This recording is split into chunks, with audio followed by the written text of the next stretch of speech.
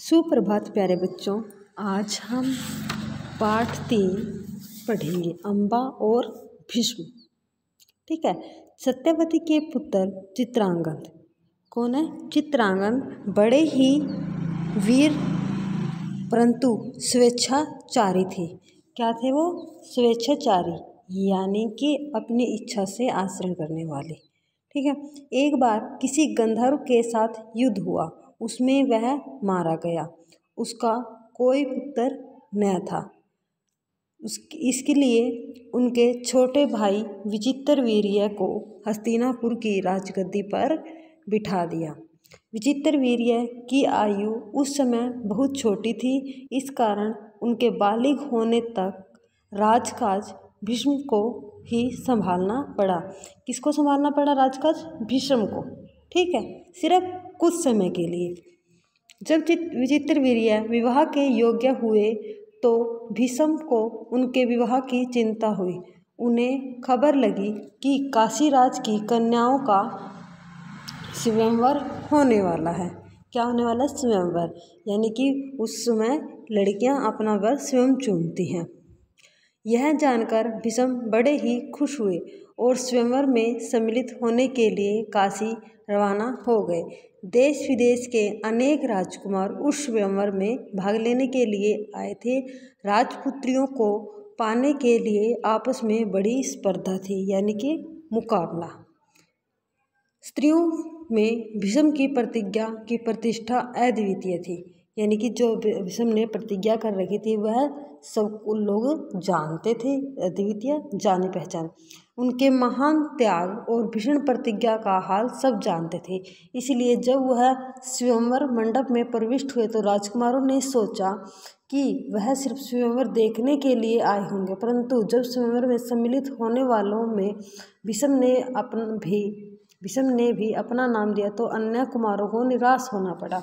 उनको क्या पता था कि दृढ़वती भीष्म अपने लिए नहीं वरन अपने भाई के लिए स्वयंवर में सम्मिलित होने वाला, यानी कि दृढ़वती अपने निश्चय पर अटल रहना। सभा में खलबली मच गई। चारों ओर से भीष्म पर फब्तियां कसी जाने लगी। फब्तियां होते हैं कटाक्ष, ताने मारे जाने लगे। फिर भरतवंशी भीष्म बड़े बुद्धिमान और विद्वान हैं, स्वयंवर से इन्हें क्या मतलब, इनके प्रण का क्या हुआ? जीवन भर ब्रह्मचारी रहने की इन्होंने जो प्रतिज्ञा की थी, क्या वह झूठी थी? इस भांति सब राजकुमारों ने भीष्म की हंसी उड़ाई, यानी कि उसका मजाक उड़ाने के पूरा काम किया उन्होंने।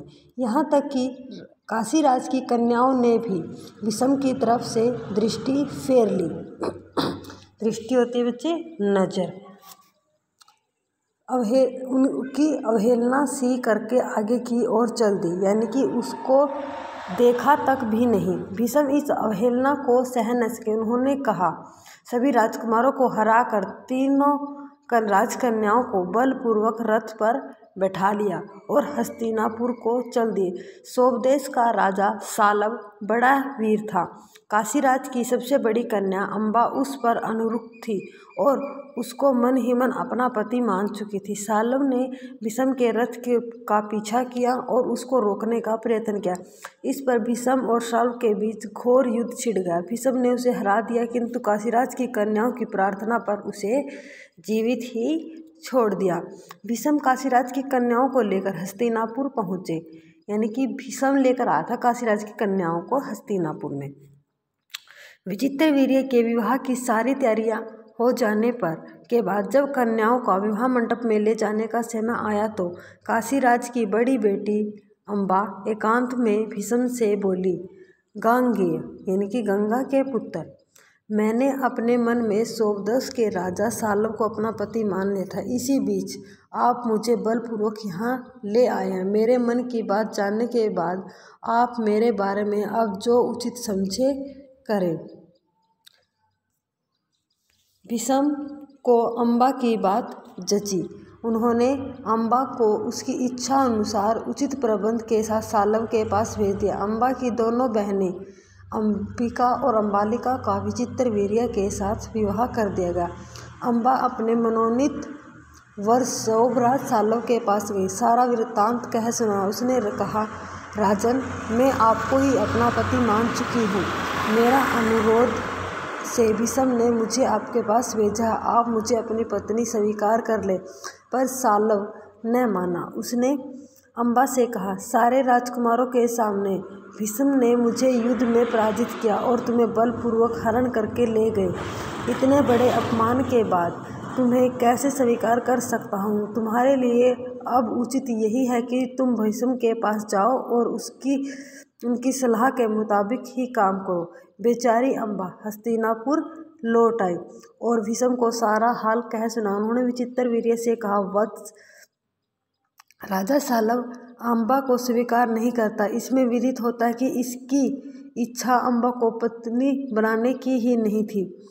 अब उसके साथ तुम्हारा ब्याह करने में कोई आपत्ति नहीं रही है, पर विचित्र वीर्य के साथ ब्याह करने को राजी न हुई। कौन राजी नहीं हुई? अम्बा स्वयं राजी नहीं हुई, यानी कि उसने उसको स्वीकृति नहीं दी। बेचारी अम्बा ने इधर की रही न उधर की, कोई और रास्ता न देख वह भीष्म से बोली, गांगे, मैं तो दोनों ओर से ही गई, यानी को कहते कि मुझे तो दोनों ओर से ही नुकसान हुआ है, मेरा कोई भी सहारा न रहा, आप ही मुझे हर लाए थे। अब आपका यह कर्तव्य है कि आप मेरे साथ ब्याह कर ले। लेकिन भीष्म ने तो बहुत बड़ी प्रतिज्ञा की थी कि वह आजीवन शादी नहीं करेगा, तो इसलिए उसने उससे मना कर दिया।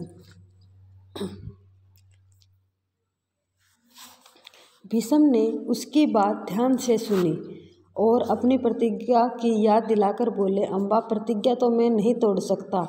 उन्होंने अम्बा की परिस्थिति समझकर विचित्र वीर्य से दोबारा आग्रह किया, पर वह न माना। भीष्म ने अम्बा को फिर समझाया और कहा कि सोबराज साल्व के ही पास जाओ और एक बार फिर प्रार्थना करो। लाचार अम्बा फिर साल्व के पास गए और उससे बहुत मिन्नतें की, लेकिन दूसरे की जीती हुई कन्या को स्वीकार करने से सोबराज ने साफ इनकार कर दिया। अम्बा इस प्रकार 6 साल तक हस्तिनापुर और सौदेश के बीच ठोकरें खाती फिरी, यानी कि उसको तो ना तो वो इधर की रही, ना तो सोबराज का जो राजकुमार था साल्व, उसने उसको अपनाया, और न ही विचित्रवीर्य ने, और जो भीष्म थे उन्होंने अपनी प्रतिज्ञा के कारण उसे मना कर दिया। अम्बा फिर उसने अपने इस सारे दुख का कारण भीष्म को ही समझा। उन पर उसे बहुत क्रोध आया और प्रतिहिंसा की आग उसके मन में जलने लगी। भीष्म से बदला लेने की इच्छा से वह कई राजाओं के पास गए और उनको अपना दुख सुनाया। भीष्म से युद्ध करके उनका वध करना ही उसने राजाओं से प्रार्थना की, पर राजा लोग तो भीष्म के नाम से ही डरते थे। किसी में इतना साहस न था कि भीष्म से युद्ध करे।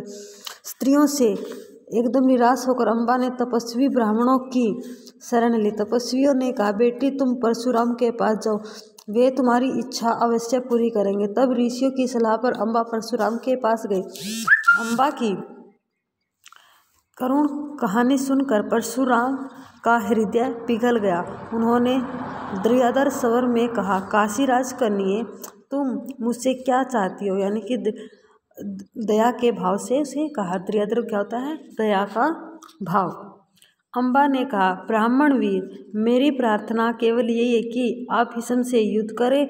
आपसे भीष्म के वध की भीख मांगती हूँ। परशुराम को अम्बा की प्रार्थना पसंद आई। बड़े उत्साह के साथ वह भीष्म के पास गए और उन्होंने युद्ध के लिए ललकारा। दोनों कुशल योद्धा थे और धनुष विद्या के जानकार भी थे, यानी कि धनुष की पूरी उनको जानकारी थी। दोनों ही जितेंद्रिय और ब्रह्मचारी थे, यानी कि दोनों ही ब्रह्मचारी थे। दोनों ने ही शादी न करने का फैसला किया हुआ था और जितेंद्रिय और सभी इंद्रियों पर काबू पाने वाले थे। समान योद्धाओं की टक्कर थी। कई दिनों तक युद्ध होता रहा, फिर भी हार जीत का निश्चय न हो सका। अंत में परशुराम ने हार मान ली और अम्बा से कहा, जो कुछ मेरे वश में था कर चुका, अब तुम्हारे लिए यही उचित होगा कि तुम भीष्म की शरण में वापस चली जाओ। पर अम्बा ऐसी बातों से कभी विचलित होने वाली थी। उसने वन में जाकर फिर तपस्या शुरू की और तपोबल से स्त्री रूप छोड़कर पुरुष बन गई और उसने अपना नाम शिखंडी रख लिया। जब कौरवों और पांडवों के बीच कुरुक्षेत्र के मैदान में युद्ध हुआ तो भीष्म के विरुद्ध लड़ते समय शिखंडी रथ के आगे बैठा था और अर्जुन ठीक उसके पीछे। ज्ञानी भीष्म को यह बात मालूम थी कि अम्बा ही शिखंडी का रूप धारण करके किए हुए है, इसलिए उन्होंने उस पर बाण चलाना अपना विरोचित प्रतिष्ठा के विरुद्ध समझा, क्योंकि वह नारी पर बाण चलाना अपना प्रतिष्ठा के अनुरूप नहीं मानते थे। शिखंडी को आगे करके अर्जुन ने भीष्म पितामह पर हमला किया और अंत में उन पर विजय प्राप्त की। जब भीष्म आहत होकर पृथ्वी पर गिरे तब जाकर अम्बा का क्रोध शांत हुआ और उसने अपनी प्रतिज्ञा को पूरा किया। धन्यवाद।